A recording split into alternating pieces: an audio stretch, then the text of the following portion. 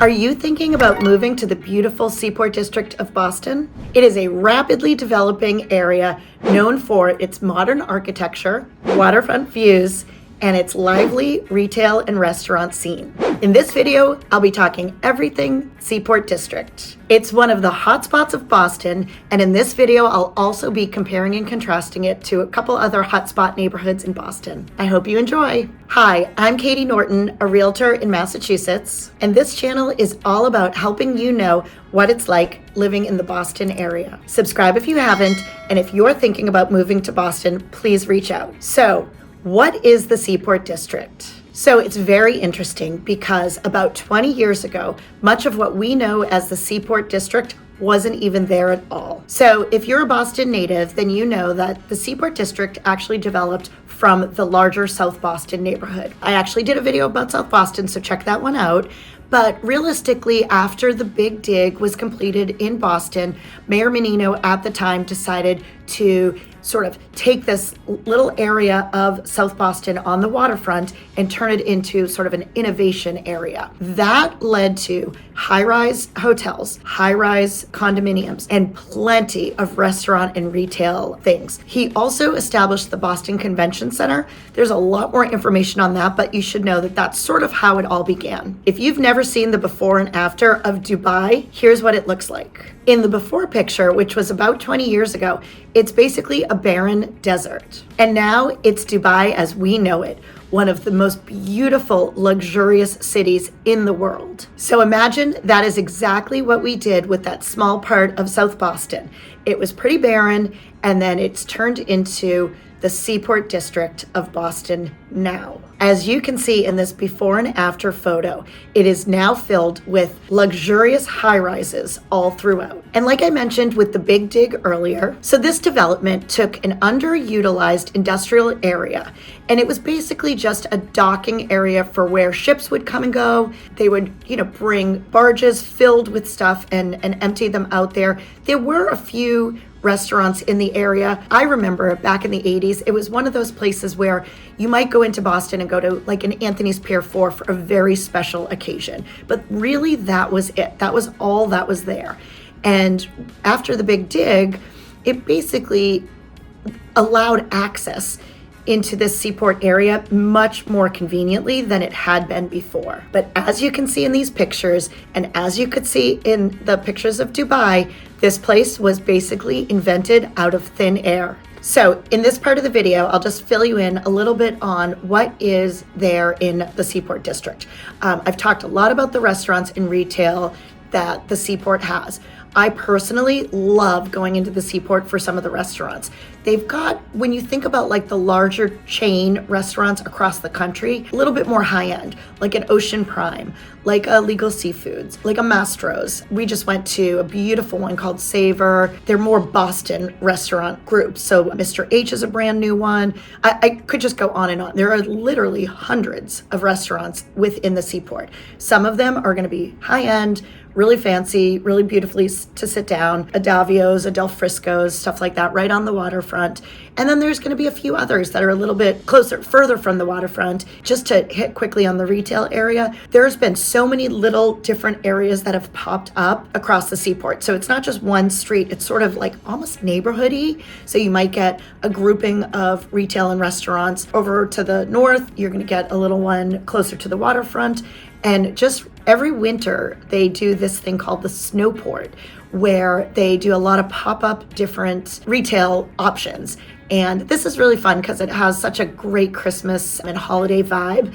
And so it's definitely a destination to go to. So that's what happens in the winter. But really, the Seaport is just such an attraction in the summertime. There's a couple different breweries. It started with the Harpoon Brewery about 20 years ago, and that was definitely a destination place. Since that, we've got a couple other ones. We've got Cisco Brewery, Trillium, and a few others that have sort of popped up. But these make the Seaport definitely a destination place for young professionals to come into the city and hang out with their friends. In the summertime, there's also some pop-up retail stores.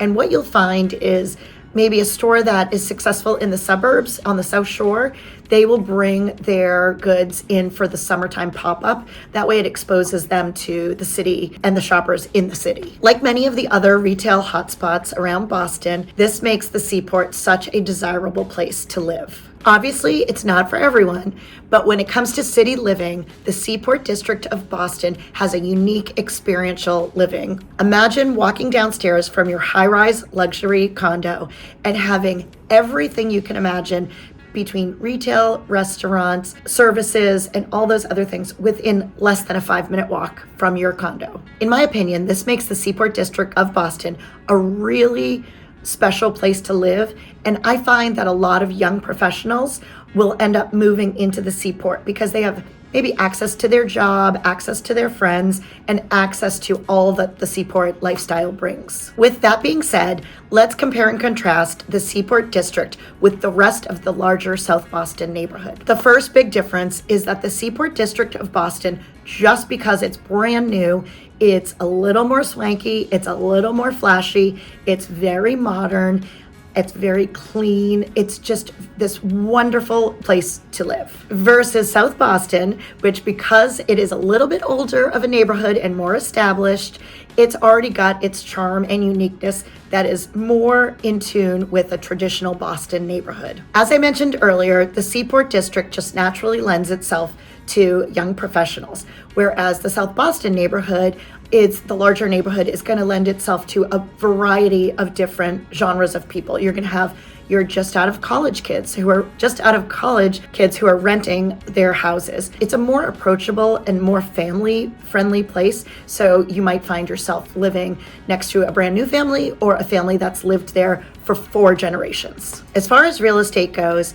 your Seaport District neighborhood is going to have the more modern, luxurious, high-rise condos with amenities galore. Whereas your South Boston neighborhoods are going to have more traditional single-family homes, triple-decker as they're called, but very rarely are you going to find something over 6 floors. That would be sort of the maximum in the South Boston neighborhoods. So when you're comparing and contrasting the retail and restaurants of the Seaport District versus South Boston neighborhood, as I mentioned, it's going to have that more luxurious, brand new chain luxury branded retail and restaurants. Whereas South Boston is going to lend itself more to the mom and pop stores and the smaller boutique stores and the restaurants that are just a one-off. It's a restaurant that a chef maybe from the neighborhood has started. I will say the South Boston restaurant scene has exploded over the past 20 years. But again, it's just a very different experience than the one you're going to get in the Seaport District. So let's also compare the Seaport District to the neighborhood of Beacon Hill in Boston, which you may have heard of. So if you haven't heard of Beacon Hill, just think of your old city, like old Boston, like 1775 Boston. There's such beautiful architecture and character. And most of the Beacon Hill neighborhood is made up of single family homes. Some of them are going to be on the larger side, maybe updated, and they're beautiful, but they definitely still have that traditional Boston look to it. And that's what draws people to Beacon Hill. You've got your cobblestone streets and you've got your steep hills that lead you right up to the State House. The most appealing part of Beacon Hill, in my opinion, is Charles Street. It's at the bottom of the hill, and this houses all of the retail and restaurants that are in Beacon Hill. So on the hill are going to be all the residential homes, and then at the bottom of the hill, we call it the flats, you're going to have a couple small hotels, tons of beautiful boutique retail stores, and some really, really unique restaurants for Boston. And again, none of this is chain restaurants as compared to the Seaport District, which again, you're just going to find very recognizable names of stores and restaurants. Just based on some of these notes that I'm talking about in Beacon Hill, it definitely has a different demographic. I think it leans a little bit towards an older family, or even sort of maybe empty nesters or retirees, people that had lived in Boston at one point, moved out to the suburbs, raised a family, and now it's time to maybe move back in. And it's just got that charm and character. It's also a little quieter. Sometimes refer to the Seaport District as like a mini Vegas because it's bright and it's light and there's people all over the place, whether it's people that live there or people from out of town. Whereas Beacon Hill is going to get a lot of tourists, but it's just a quieter version of that neighborhood. So if you're looking for any more real estate information about Beacon Hill, Back Bay, South Boston, or any other neighborhood in Boston, please just reach out. I have so much information to share. It doesn't all fit in these little videos. But to cover the Seaport District specifically, let's talk a little bit about real estate. So the median price point for November 2024 was $1.9 million. There were only 11 homes sold that month in November, and that's kind of been the average over the past 2 years. And the problem with that is you could get a very high penthouse sale, and you could get a very low first floor, second floor sale, and these are going to dramatically change that median home price level. So you really need to start looking at the different buildings that you want to live in, what the different amenities are, and then we can sort of figure out which part of the building you want to live in, because there's pretty specific differences among the buildings in the Seaport District. So if you're thinking about buying or renting in the Seaport District of Boston, please give me a call. As I was saying before, there's so many different areas and different buildings with different amenities. You really just can't get that information when you're just looking at an online space. You really want to get in and walk through the city and see where your comfort level is. And that is the reason you would give me a call, because I could really show you the differences between even 1 or 2 streets. I hope this video was helpful for you. Subscribe if you haven't, and I will see you in the next video.